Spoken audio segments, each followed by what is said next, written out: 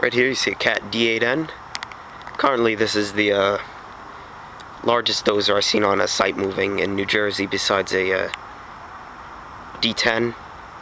That's the biggest I've seen in a quarry. The biggest you'll see is a D9, and they use them for a push-pull configuration. See, this D10 has a high volume blade. Normal blade for D10 is 11 yards. You can see this one is much larger. You could see, and more, it could push more material.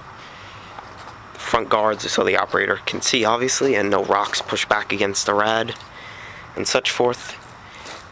Bottom of the blade, you see 3 parts. If you're operating it, I'll show you in a second, but this cylinder right here, you see, there's a stiff arm on the other side. When you move this forward, it'll tilt this side of the blade up, that side down, tilting the blade. Pull it back, pull this side down, that side up. The stiff arm is right there, and it's what holds it in place. This right here, you know, it's just to protect it. There's a joint right there. This part enables it to tilt forward. That part, I want to say, enables it so it can tilt. That's the arm right there, just to hold the blade so it doesn't wiggle, you know, left to right. So it's pretty much just the arm, and there's a ball joint right here. Hydraulics for the cylinders.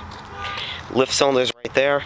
In 1993, Cat changed the design of the D8N. They moved the air cleaners and everything to the right side of the machine, and they also made the bore rods larger and your radiators in there. Tracks right here. Cat also made the track tensioner cylinder stronger. I guess they were having problems with it. And the seal is right there. There's an idler. Top idler on it. Right here is a drive motor for the machine. It's up high, apparently, so I hear it, so there's no material gets into the drive sprocket as it's up high, which, if it really does do that, I really don't know. Main frame, here's the arm for the blade. Pretty much, when it is pushing, all the force is put to here. So you can tell it there's a lot of force pushed against there. Rollers on the bottom, these are able to tilt back and forth. Another idler here. This machine is capable of having a ripper.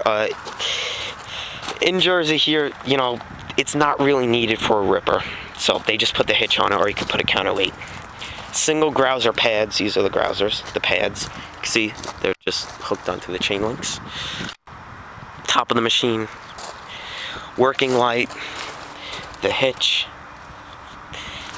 drive sprocket in there. Take a look in there.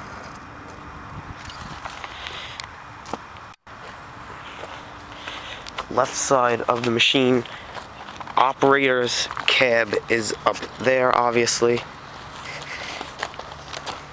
The engine is a Cat 3406, 285 horsepower. See it in there, and that's a very good sticker. It says, "This machine pays your salary, take care of it."